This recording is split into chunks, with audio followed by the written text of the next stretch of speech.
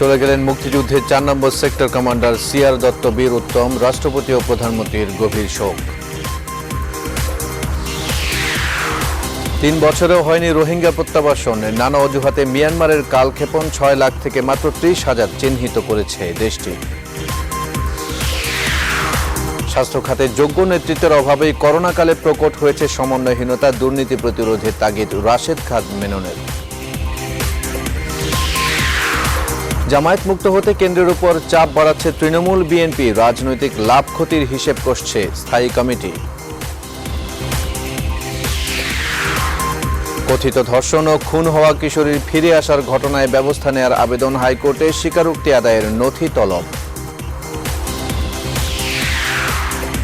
নভেম্বরের নির্বাচনে জয়ের আশা ট্রাম্পের, ডেমোক্র্যাটদের ভোট জালিয়াতির বিষয়ে সমর্থকদের সতর্ক থাকার আহ্বান। জনমত জরিপে এগিয়ে বাইডেন।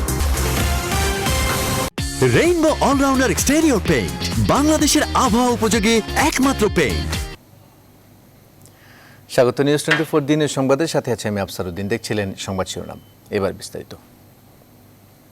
মুক্তিযুদ্ধের ৪ নম্বর সেক্টরের commander major general Chittaranjan Dutta বীর উত্তম বার্ধক্যজনিত নানা রোগে আক্রান্ত হয়ে আমেরিকার ফ্লোরিডার একটি হাসপাতালে মারা গেছেন। গত ২০ আগস্ট বৃহস্পতিবার তার বাসভবনের বাথরুমে হঠাৎ করে জেনারেল দত্ত পড়ে যান। এতে তার পা ভেঙে যায়। এরপর সিআর দত্তকে দ্রুত ফ্লোরিডায় বায়েন্ট নবিচ বেথেস্টা সাউথ হাসপাতালের হসপিস কেয়ার ইউনিটে ভর্তি করা হলে সেখানে তার শারীরিক অবস্থার অবনতি ঘটতে থাকে। অবশেষে আজ ভোরে তিনি শেষ নিঃশ্বাস ত্যাগ করেন। মৃত্যুকালে তার বয়স হয়েছিল ৯৩ বছর ৮ মাস। ছিলেন সেখানে চিকিৎসাধীন অবস্থায় ২৪ আগস্ট সোমবার দিবাগত রাত ১১:১৫টায় তিনি শেষ নিঃশ্বাস ত্যাগ করেন। তার মৃত্যুতে রাষ্ট্রপতি আব্দুল হামিদ ও প্রধানমন্ত্রী শেখ হাসিনা গভীর শোক প্রকাশ করেছেন।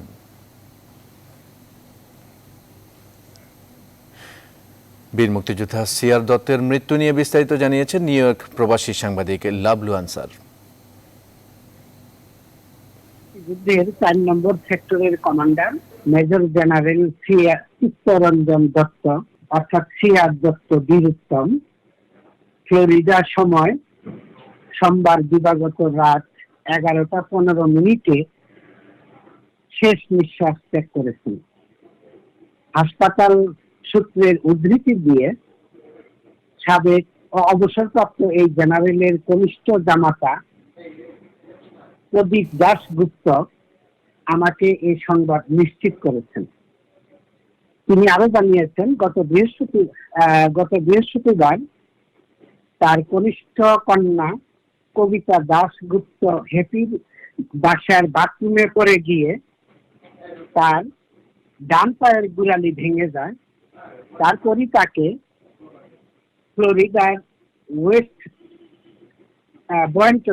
ফ্লোরিডার বয়েন্টন বিচস্থ বেথেস্টা হাসপাতালের জরুরি বিভাগে নেওয়া হয়। সেখানে তার গোড়ালিতে মাইক্রো সার্জারি করা হয়। সে সময় তাকে অ্যানেস্থেসিয়া করতে হয়। তবে তিনি অ্যাজমায় আক্রান্ত থাকায় এই সার্জারির পরে গুরুতরভাবে অসুস্থ হয়ে পড়েন এবং আজ সোমবার সকালেই চিকিৎসকরা তার চিকিৎসা আর সম্ভব নয় বলে জানিয়ে তাকে হসপিস ইউনিটে স্থানান্তর করেছিলেন। এরপরই রাত 11:15টায় তিনি শেষ নিঃশ্বাস ত্যাগ করেন। তার এই মৃত্যুর সংবাদ জেনে নিউ ইয়র্ক থেকে তার আরেক কন্যা মহুয়া দত্ত এবং তার পুত্র ডাক্তার রাজা দত্ত ফ্লোরিডায় চলে গেছেন। পরিবারের লোকজন সেখানে আছেন এবং আমাকে তারা জানিয়েছেন যে তার লাশ বাংলাদেশে নেওয়া হবে। শেষ কৃত্যানুষ্ঠান বাংলাদেশের রাজধানী ঢাকাতেই তারা করতে চান। আপনি জানেন, বেশ কবছর আগে সিআর দত্তের স্ত্রী পরলোক গমন করার পর তিনি একাকী জীবনের অবসান ঘটাতে নিউ ইয়র্কে এসেছিলেন তার পুত্র কন্যাদের সাথে বাকিটা জীবন অতিবাহিত করার জন্য। নিউ ইয়র্কে গত ১৬ ডিসেম্বর সহযোদ্ধাদের নিয়ে বিজয় দিবস উদযাপনের সময় তিনি মুক্তিযুদ্ধ নিয়ে কথা বলেছিলেন। এটি প্রকাশ্যে তার শেষ অনুষ্ঠানের সময় তিনি মুক্তিযুদ্ধের সঠিক ইতিহাস জানতে দেশের মানুষের প্রতি আহ্বান জানান।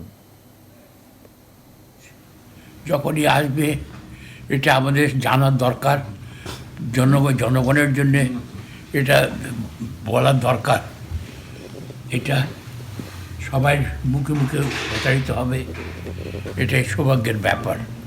আজকে আপনারা যারা এসছেন আপনাদের সবাইকে আমি ধন্যবাদ জানাচ্ছি। এবার রোহিঙ্গা প্রসঙ্গ। প্রত্যাবাসন শুরুর জন্য বিভিন্ন ধাপে এ পর্যন্ত 6 লাখ রোহিঙ্গার তালিকা দিলেও মিয়ানমার তার নাগরিক হিসেবে মাত্র 30,000-এর পরিচয় নিশ্চিত করেছে। পররাষ্ট্রমন্ত্রী একে আব্দুল মোমেন জানান, বিশ্বব্যাপী কোভিড পরিস্থিতি ও মিয়ানমারের আসন্ন নির্বাচনের অজুহাতে প্রত্যাবাসন প্রক্রিয়া দীর্ঘায়িত করছে দেশটি। 3 বছরে একজন রোহিঙ্গাও ফেরত না যাওয়ায় বাংলাদেশের কূটনীতিক ও আন্তর্জাতিক সম্প্রদায়ের ভূমিকা নিয়ে প্রশ্ন তুলছেন কূটনীতিক বিশ্লেষকরা। আরও জানাচ্ছেন লাকমিনা জেসমিন সোমা। মিয়ানমার থেকে বিতাড়িত হয়ে 10 লাখ রোহিঙ্গা কক্সবাজারে আশ্রয় নেওয়ার 3 বছর পূর্ণ হলো। আন্তর্জাতিক সম্প্রদায়ের নানা প্রতিশ্রুতি থাকলেও বাস্তবে একজন রোহিঙ্গাও নিজ দেশে ফেরত পাঠানো সম্ভব হয়নি। রোহিঙ্গাদের ফেরত পাঠাতে বাংলাদেশের কূটনীতি কি তবে ব্যর্থ? এই মুহূর্তে আমি ব্যর্থ বলবো না, আমি বলবো যে প্রচেষ্টাটা এখনো প্রত্যাশিত পরিমাণে সফলতা দেখবার প্রয়োজন ছিল, সেই জায়গায় বা সেই পরিমাণে আমরা প্রত্যাশিত সাফল্যটা পাইনি। দ্বিপাক্ষিক সমাধানের চেষ্টা যে বাংলাদেশ করেছে সেটা ঠিকই ছিল। 3 বছর ধরে আমরা এই পর্যায়ে যে চেষ্টা করেছি তাতে কোনো ফলপ্রসূ হয়নি, হবেও না। তবে আমার কাছে যেটা মনে হয় দীর্ঘ সময় সেই অনুযায়ী আমাদেরকে প্রস্তুতি নিতে হবে। পররাষ্ট্রমন্ত্রী একে আব্দুল মোমেন জানান, চুক্তি অনুযায়ী প্রত্যাবাসনের জন্য ধাপে ধাপে 6 লাখ রোহিঙ্গার তালিকা পাঠিয়েছে বাংলাদেশ। এর বিপরীতে যাচাই বাছাই শেষে মাত্র 30,000 রোহিঙ্গার পরিচয় নিশ্চিত করেছে মিয়ানমার সরকার। আমি মনে করি রাইট ট্র্যাকে আছে, কারণ আমরা যুদ্ধ করতে চাই না। এটা তো এক হাতে তালি বাজে না, আমরা চাইলেই হয় না। মায়ানমার রাজি হতে হবে, এবং মায়ানমার সহজে রাজি হয় না, কারণ তারও বন্ধু দেশ আছে। আমরা 6 লক্ষ লিস্ট দিয়েছি, তারা এগুলো ভেরিফাই করে আমাদের পাঠিয়েছে, কিছু আরো পাঠাচ্ছে। ভারত ও চীনের কার্যকরী সহযোগিতা নিয়ে কূটনীতিক মহলে প্রশ্ন আছে শুরু থেকেই। সেই সাথে করোনা কূটনীতির দৌরত্বে অনেকটাই ঢাকা পড়ে গেছে রোহিঙ্গা ইস্যু, বলছেন বিশ্লেষকরা। কোভিডের কারণে এগুলো কমেছে বলা মুশকিল, কিন্তু প্রত্যক্ষভাবে মিয়ানমার এটাকে ব্যবহার করছে এই প্রক্রিয়াটাকে দেরি করে দেওয়ার জন্য। নির্বাচনের কোনো গুরুত্ব আছে বলে আমার মনে হয় না। কোভিড অবশ্যই গুরুত্বপূর্ণ, কারণ কোভিডের কারণে বস্তুত এই ইস্যুটা বিশ্বের মিডিয়া থেকে হারিয়ে গেছে। গেল জুনে ভারত জাতিসংঘ নিরাপত্তা পরিষদের অস্থায়ী সদস্য নির্বাচিত হওয়ার পর দেশটির কাছে আরও খানিকটা কার্যকরী সহযোগিতা প্রত্যাশা করছে বাংলাদেশ। লাকমিনা জেসমিন সোমা, নিউজ 24, ঢাকা। বিএনপি মহাসচিব মির্জা ফখরুল ইসলাম আলমগীর বলেছেন, কূটনৈতিক ব্যর্থতা আর সরকারের নতজানু পররাষ্ট্রনীতির কারণে রোহিঙ্গা সংকটের সমাধানও হয়নি। সকালে বিএনপির প্রতিষ্ঠাতা সাবেক রাষ্ট্রপতি শহীদ জিয়াউর রহমানের মাজারে পুষ্পার্ঘ্য অর্পণের পর দলটির মহাসচিব এই মন্তব্য করেন। সরকারের নতজানু পররাষ্ট্রনীতি, তাদের দুর্বলতা একমাত্র দায়ী এই রোহিঙ্গাদেরকে ফিরিয়ে নিয়ে যাওয়ার ব্যাপারে কোনো কার্যকরী ব্যবস্থা গ্রহণ করতে না পারা। এখন পর্যন্ত শুধুমাত্র এই বিষয়টাকে কেন্দ্র করে প্রধানমন্ত্রী কিন্তু কোনো বিশ্ব সফর করেননি, বিশ্ব নেতাদের সঙ্গে সাক্ষাৎ করেনি।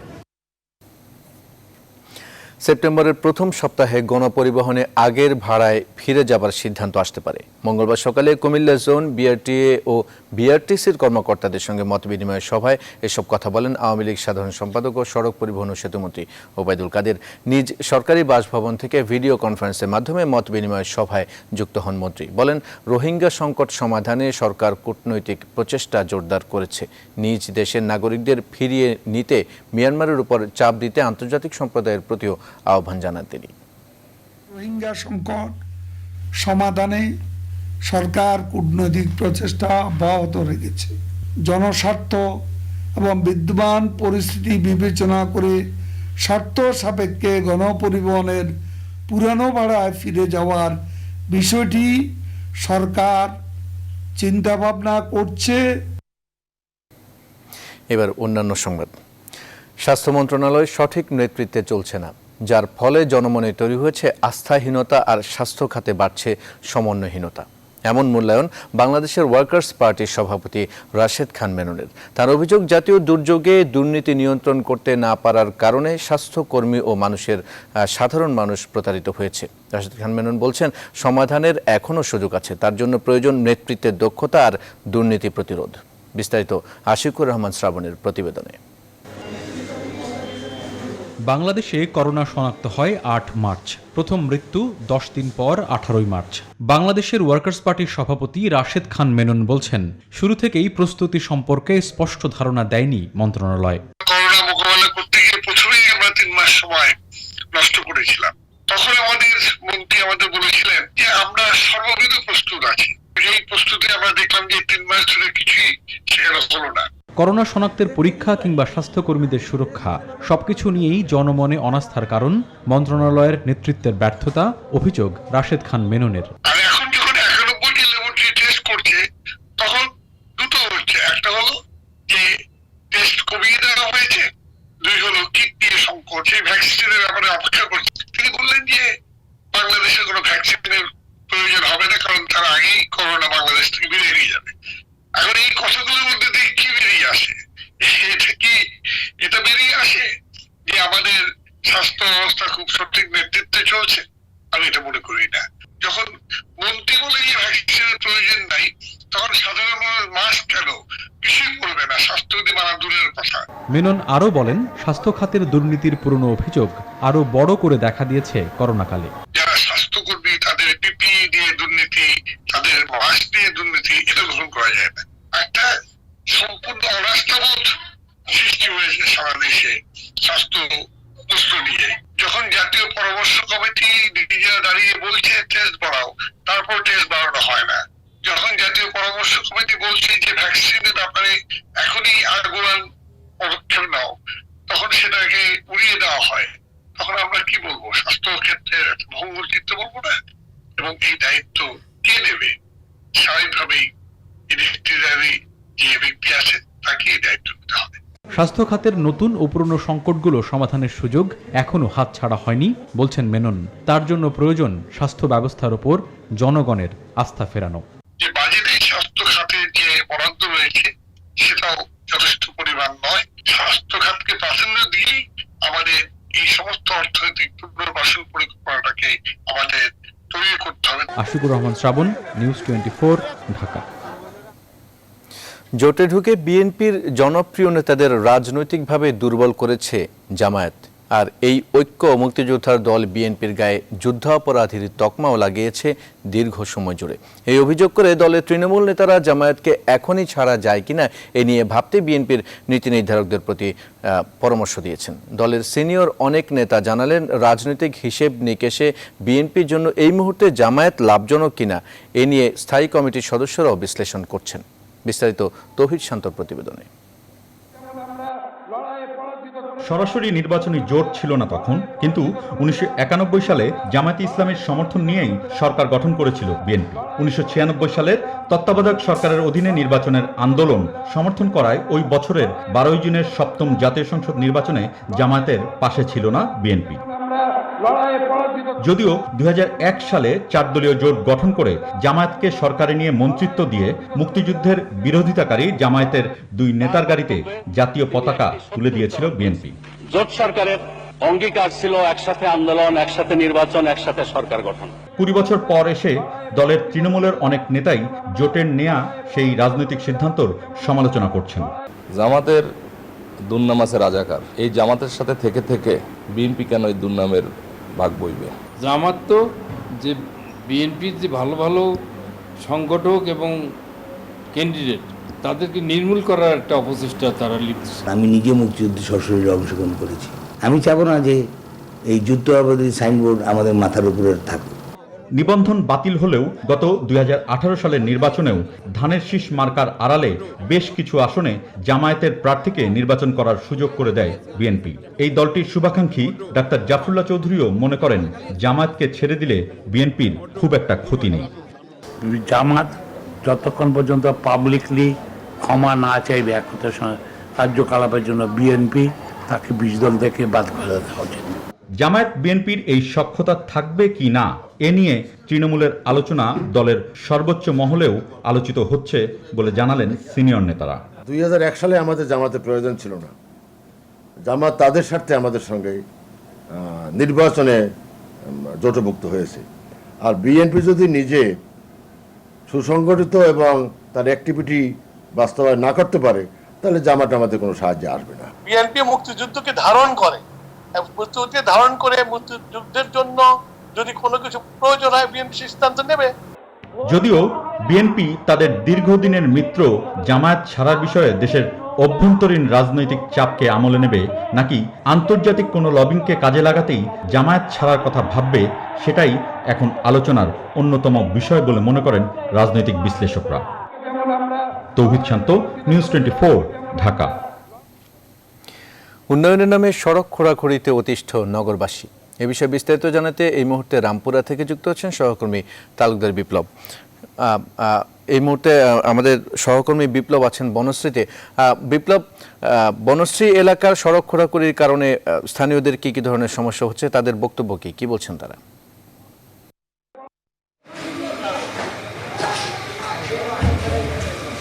জি, আমি ঠিকই বলেছেন। আমি রয়েছি ঢাকা উত্তর সিটি কর্পোরেশনের ওয়ার্ড নাম্বার 22 বনশ্রী এলাকায়, এবং এই বনশ্রী এলাকার ABC 3টা ব্লকে কাজ চলছে। প্রায় 40 কোটি টাকার রাস্তা এবং ড্রেন নির্মাণের কাজ করছে ঢাকা উত্তর সিটি কর্পোরেশনের আওতাধীন 2টি ঠিকাদারি প্রতিষ্ঠান, এবং প্রায় 8 মাস চলছে আসলে উন্নয়ন কাজ চলছে। কিন্তু এই কাজের যে ধীরগতি নিয়ে কিন্তু স্থানীয়দের মধ্যে বেশ কিছু অভিযোগ রয়েছে। পাশাপাশি কেউ আবার কাজের মান নিয়েও একটু অভিযোগ করছে। আসলে আমার সাথে কিন্তু এই মুহূর্তে এই সোসাইটির যারা পরিচালনা পর্ষদের একজন রয়েছেন, যিনি রাস্তা উন্নয়নের কাজটি দেখভাল করছেন এই বনশ্রী এলাকার। একটু আমি বাড়ি মালিকদের পক্ষ থেকে আপনারা ভোগান্তির বিষয়টি বলছি, এবং রাস্তার বিষয়টি নিয়ে আপনাদের বেশ কিছু অভিযোগও রয়েছে। আসলে এই বিষয়টি আপনারা কতটা অবগত? এটা আমরা জানি, অভিযুক্ত রাস্তা আপনার মেরামত করতে গেলে অভিযুক্ত থাকবে, কারণ এটা রাস্তা মেরামত মানে চলাচলের অসুবিধা হচ্ছে।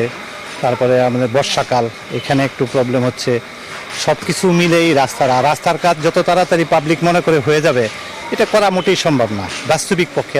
যারা রাস্তা সম্বন্ধে বুঝে, রাস্তার কাজটা একটু ধীরগতিতে হইলে হয় কি, যেখানে খানাখন্দ হয়ে যায় ওগুলো ঠিক করার একটা ব্যাপার আছে। যেমন এই যে আমরা এই রাস্তাগুলো করেছি, অনেক জায়গায় আবার ডেবে গেছে, অনেক জায়গায় হয়তো গর্ত হয়ে গেছে, এগুলো আবার দ্বিতীয়বার করতে হচ্ছে। জি, আমার সাথে রয়েছে ঢাকা উত্তর সিটি কর্পোরেশনের এই কাজ সংশ্লিষ্ট উপসহকারী প্রকৌশলী। ওনার কাছে জানতে চাইবো যে এলাকার মানুষের যেটা কথা বলছে, যে রাস্তাটি গত 4 বছর আগে করা হয়েছে, রাস্তাটি কোনো সমস্যা ছিল না, তারপরও কেন রাস্তার নতুন এই প্রকল্পটি এই রাস্তায় করা হচ্ছে? এ বিষয়ে আমি বলবো যে গত 4 বছর আগে আসলে রাস্তাটি করা হয়েছে কথাটি সঠিক নয়। এটা বনশ্রীবাসী, তাদের মালিক সমিতি আছে, তাদের নিজস্ব উদ্যোগে, এবং ইঞ্জিনিয়ারিং কোনো ক্রাইটেরিয়া পড়ে না, যা তারা নিজস্ব উদ্যোগে কিছু মাটি রাবিশ ফেলে এই রাস্তাগুলিতে ছিচি ঢালাই করেছিল।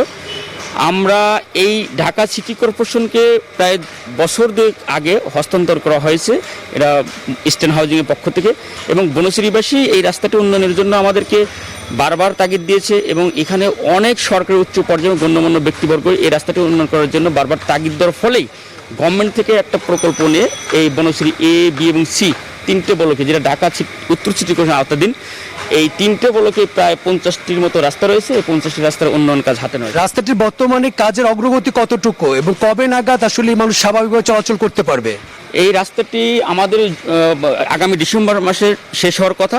তাই আশা করছি আমরা নভেম্বরের মধ্যেই রাস্তাটি উন্নয়ন শেষ হবে। আর এই রাস্তাটি বিপ্লব, আপনাকে ধন্যবাদ আমাদের সাথে যুক্ত হওয়ার জন্য। দিনের সংবাদে নিচ্ছে বিরতি, সঙ্গেই থাকুন। বিরতির পর আবারও স্বাগত দিনের সংবাদে।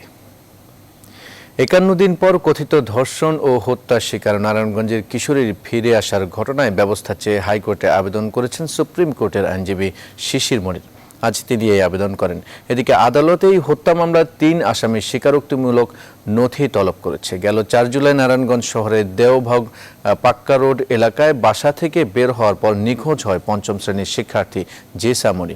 এই ঘটনায় সদর মডেল থানায় তার বাবা জাহাঙ্গীর হোসেন অপহরণের মামলা করেন 17 জুলাই। পুলিশ ঘটনায় জড়িত সন্দেহে 7 আগস্ট 3 জনকে গ্রেপ্তার করে আদালতে পাঠায়। 3 জনই আদালতে জবানবন্দি দেয় তারা জেসাকে গণধর্ষণের পর হত্যা করে লাশ শীতলক্ষা নদীতে ফেলে দিয়েছে। জবানবন্দি রেকর্ডের পর আদালত 3 জনকে কারাগারে পাঠানোর নির্দেশ দেন।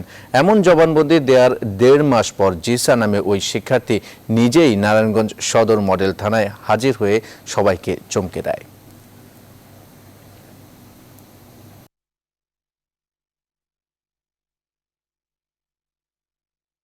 ভিকটিম বলছে আমি জীবিত আছি, আর 164 ধারা জবানবন্দিতে আসামিরা বলছে তাকে ধর্ষণ করে মেরে ফেলা হয়েছে। টোটাল কেস রেকর্ডটি এক্সামিন করে হাইকোর্টে নিয়ে এসে উপযুক্ত আদেশ যেন পাশ করা হয়, দোষী ব্যক্তিদের বিরুদ্ধে ব্যবস্থা নেওয়া হয়, এই আবেদনের প্রেক্ষিতেই আমরা এই দরখাস্তটি দায়ের করেছি। এবার বৈশ্বিক করোনা পরিস্থিতি। কোভিড-19-এ 24 ঘন্টায় বিশ্বজুড়ে আরও 2,13,000-এর বেশি আক্রান্ত হয়েছে, প্রাণহানি হয়েছে 4,300 শতাধিক। যুক্তরাষ্ট্র ব্রাজিলের সংক্রমণ কিছুটা কমলেও লাগামহীনভাবে সংক্রমণ অব্যাহত রয়েছে ভারতে। কোয়ারেন্টাইন এলাকাগুলোর বাইরে সাধারণ জনবহুল এলাকায় প্রথম করোনা রোগী শনাক্ত হওয়ায় গাজা উপত্যকায় 48 ঘন্টার লকডাউন ঘোষণা করেছে কর্তৃপক্ষ। এদিকে করোনা চিকিৎসায় ব্লাড প্লাজমা চিকিৎসার মার্কিন অনুমোদনের ব্যাপারে সতর্ক করেছে বিশ্ব স্বাস্থ্য সংস্থা। করোনা সংক্রমণ ঠেকাতে লকডাউন দেওয়ার ফলে অনেক দেশে আইএসের তৎপরতা কমে গেছে বলে জানিয়েছে জাতিসংঘ। নিবিড় আমিনের ডেস্ক রিপোর্ট। গেল 24 ঘন্টায় ব্রাজিলে পূর্ববর্তী দিনের চেয়ে সংক্রমণ কমলেও আবারও আক্রান্ত ও মৃতের সংখ্যা কিছুটা বেড়েছে যুক্তরাষ্ট্রে। একদিনে 5 শতাধিক মৃত্যু ও 41,000-এর বেশি সংক্রমণ হয়েছে দেশটিতে। ট্রাম্প প্রশাসন রোববার গুরুতর করোনা রোগীদের ব্লাড প্লাজমা চিকিৎসার অনুমোদন দিলেও ওই পদ্ধতিতে কার্যকারিতার প্রমাণ নিয়ে সাংঘর্ষিক তথ্য পাওয়া যাচ্ছে বলে সতর্ক করেছে বিশ্ব স্বাস্থ্য সংস্থা। কার্যকর প্রমাণিত হবার আগে একটি করোনা ভ্যাকসিন বের করা ঝুঁকিপূর্ণ হতে পারে বলে হুঁশিয়ারি বার্তা দিয়েছেন মার্কিন শীর্ষ সংক্রামক রোগ বিশেষজ্ঞ অ্যান্থনি ফাউসি। সংক্রমণে কোনোভাবেই লাগাম টানা যাচ্ছে না ভারতে। একদিনে আবারও 59,000-এর বেশি আক্রান্ত ও 8 শতাধিক মৃত্যু হয়েছে সেখানে। পূর্ববর্তী দিনের চেয়ে অর্ধেক সংক্রমণের ঘটনা ঘটেছে মেক্সিকোতে। প্রাণহানি হয়েছে 200-র বেশি। প্রথমবারের মতো সাধারণ জনবহুল এলাকায় করোনা শনাক্ত হওয়ায় 2 দিনের লকডাউন ঘোষণা করা হয়েছে গাজা উপত্যকায়। করোনা প্রতিরোধে জারি করা লকডাউনে বিভিন্ন দেশে আইএস জঙ্গিদের হুমকি ও হামলা অনেকটাই কমে গেছে, সোমবার এমনটাই মন্তব্য করেছে জাতিসংঘ। এদিকে বিশ্বের 172টি দেশ ও অঞ্চল ভ্যাকসিন সরবরাহের একটি বৈশ্বিক প্রকল্পের সাথে যুক্ত হতে যাচ্ছে বলে নিশ্চিত করেছে বিশ্ব স্বাস্থ্য সংস্থা। দ্বিতীয় পর্যায়ের ভ্যাকসিন ট্রায়ালের জন্য তালিকা করা শুরু করেছে মার্কিন কোম্পানি নোভাভ্যাক্স। সোমবার স্বেচ্ছাসেবীদের উপর নিজেদের করোনা ভ্যাকসিন পরীক্ষা শুরু করেছে ইতালি। নিবিড় আমিন, নিউজ 24। সংবাদ নিচ্ছে আরও একটা বিরতি, সঙ্গে থাকুন। আবারও স্বাগত, দেখছেন নিউজ 24। মানব পাচারকারী একটি চক্রের মূল হোতা প্রতীক খন্দকার ও তার সহযোগী বাবুকে গ্রেপ্তার করেছে সিআইডি। আজ দুপুরে রাজধানীর সিআইডি কার্যালয়ে এক ব্রিফিংয়ে এটা জানানো হয়। চট্টগ্রামে অভিযান চালিয়ে তাদের গ্রেপ্তার করা হয়। ঘটনায় জড়িত আরও 2 জনকে গ্রেপ্তার করে আদালতে পাঠানো হয়েছে। আরও জানানো হয়, গত জুনে সিআইডিতে আসা মামলা তদন্ত করে একটি চক্রের সন্ধান মেলে। চক্রটি মাদারটেক এলাকা থেকে এক নারীকে ঢাকা থেকে যশোরে নিয়ে যায়। চাকরির প্রলোভন দেখিয়ে ভারতে নেয়ার কথা ছিল তাকে। গত বছরের নভেম্বরে বেনাপোল সীমান্তে একটি বাড়িতে আটক রেখে তাকে ধর্ষণ করা হয়। পরে ভারতে পাচারকালে ভিকটিমকে উদ্ধার করা হয়।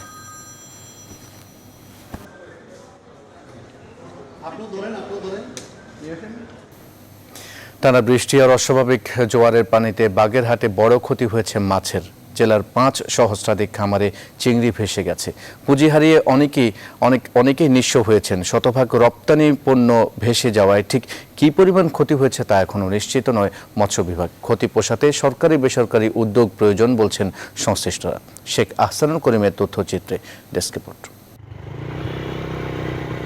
78,500 খামারে প্রায় 30,000 টনে উৎপাদন ক্ষমতা নিয়ে চিংড়ি চাষে বাগেরহাট প্রথম সারির জেলা। এই অঞ্চলে উৎপাদিত চিংড়ির 95% রপ্তানি হয়। ঘেরগুলোতে আগস্ট থেকে শুরু হয় চিংড়ি আহরণ মৌসুম। কিন্তু মধ্য আগস্টে টানা কয়েকদিনের বৃষ্টি ও অস্বাভাবিক জোয়ারের পানি অসংখ্য ঘেরকে এক করে ফেলেছে। এতে ভেসে গেছে রপ্তানিযোগ্য গ্রেডের চিংড়ি। সরকারি হিসেবে মোংলায় 1,765টি ও মোরেলগঞ্জে 2,265টি ঘের সহ 6 উপজেলায় 5,274টি ঘের ভেসে গেছে। সবই তলায় গেছে, কোনো মাছই নেই। 2টা ঘেরে এই মাত্র ডুবে আসলাম, কোনো মাছই পাইলাম না। পালে রাস্তা ডুবে বেড়ি বাদ তলায় গেছে, বৃষ্টির পানিতে গের বাইসে গেছে, মাছ শাক সব বার হয়ে গেছে। ঘূর্ণিঝড় আম্পানের ক্ষতি কাটিয়ে মাছ আহরণের সময় এই ঘটনা বড় ক্ষতির কারণ হতে পারে বলে জানিয়েছেন জেলা চিংড়ি চাষী সমিতির সভাপতি। মজুদ মাছ ছিল, এই মাছগুলো সব ভেসে গেছে। আমাদের ধারণা কয়েকশো কোটি টাকা এই পারপাসে ক্ষতি, এই জলচাষে চিংড়ি ক্ষতি হয়েছে বলে আমরা প্রাথমিকভাবে ধারণা করছি। মৎস্য কর্মকর্তা জানান, প্রাথমিকভাবে 10 কোটি টাকার ক্ষতি নিরূপণ হয়েছে, তবে প্রকৃত পরিমাণ জানতে কাজ চলছে। 4-5টি উপজেলায় যে নদী পার্শ্বে যে সমস্ত ঘেরগুলি আছে সেগুলো ডুবে গিয়েছে। এর মধ্যে মোরেলগঞ্জ, রামপাল, মংলা, চিতলমারি এবং সদরের কিছু অংশ একের পর এক প্রাকৃতিক দুর্যোগে প্রান্তিক পর্যায়ের কৃষকরা চিংড়ি চাষের একটি সমস্যার সম্মুখীন হচ্ছে। গেল অর্থবছরে বাগেরহাটের চাষিরা 16,500 টন বাগদা ও 15,500 টন গলদা চিংড়ি উৎপাদন করেন। Desk report, news 24। দিনের সংবাদে আবারও একটা বিরতি, সাথেই থাকুন। আবারও স্বাগত সংবাদে। আন্তর্জাতিক প্রসঙ্গ। নভেম্বরের নির্বাচনে আবারও রিপাবলিকানরা জয়ী হবেন বলে মন্তব্য করেছেন প্রেসিডেন্ট ডোনাল্ড ট্রাম্প। এজন্য বিরোধী ডেমোক্রেটিক দল ভোট জালিয়াতির চেষ্টা চালাতে পারে বলে সতর্ক করেছেন তিনি। সোমবার পুনরায় রিপাবলিকান দলের মনোনয়ন পাওয়ার পর এসব মন্তব্য করেন ট্রাম্প। সেই সঙ্গে প্রতিদ্বন্দ্বী জো বাইডেনকে চীনের এজেন্ট বলে আখ্যা দেন তিনি। এদিকে নির্বাচন পূর্ব জরিপে এখনও ট্রাম্পের চেয়ে এগিয়ে আছেন ডেমোক্রেট প্রার্থী বাইডেন। সংবাদ এখন এই পর্যন্তই। দেখছেন নিউজ 24। ধন্যবাদ।